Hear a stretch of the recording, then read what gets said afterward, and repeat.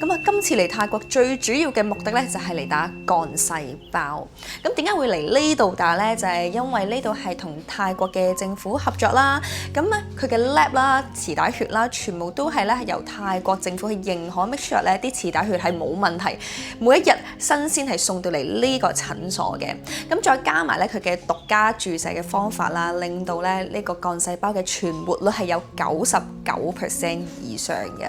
咁點解我會嚟打幹細胞？就係因為咧，咁我而家都成30歲啦，咁我又未拍拖，我又唔知幾時結婚生仔，咁我都好中意小朋友噶嘛，咁所以我就想養靚啲嘅子宮，等個身體健康啲，咁啊未來唔知幾時可以生小朋友，咁就生小朋友啦。如果唔得嘅話，都想雪定啲卵，咁希望啲卵咧都健健康康、靚靚仔仔咁樣噶嘛。咁我覺得早啲預防養靚個身子，好過之後真係有問題先慢慢去使一大筆錢啦，係咪先？咁所以就嚟咗打幹細胞啦，同埋咧打幹細胞咧可以成個人都靚靚，皮膚又靚靚啦，個精神狀態又靚靚啦，啲關節嘅器官咧都可以更加健康，咁所以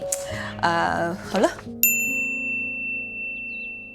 打咗幹細胞2個月左右啦，咁其實咧打完第2日咧，我啲肩頸膊痛已經冇晒，因為之前咧我係痛到瞓唔到覺嘅，而家係完全冇問題啦。跟住睡眠大改善啦，因為咧我之前因為肩頸膊痛瞓唔到啦，再加上咧唔知係咪因為年紀大啦，所以可能瞓4-5個鐘就已經瞓唔到噶啦，而家就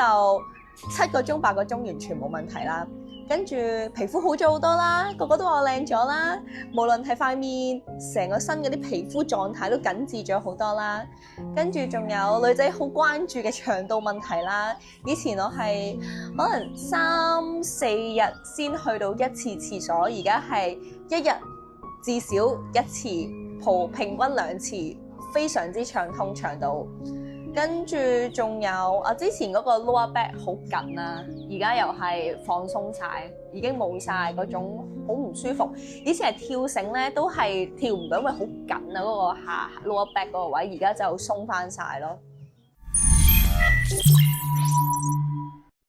Enoch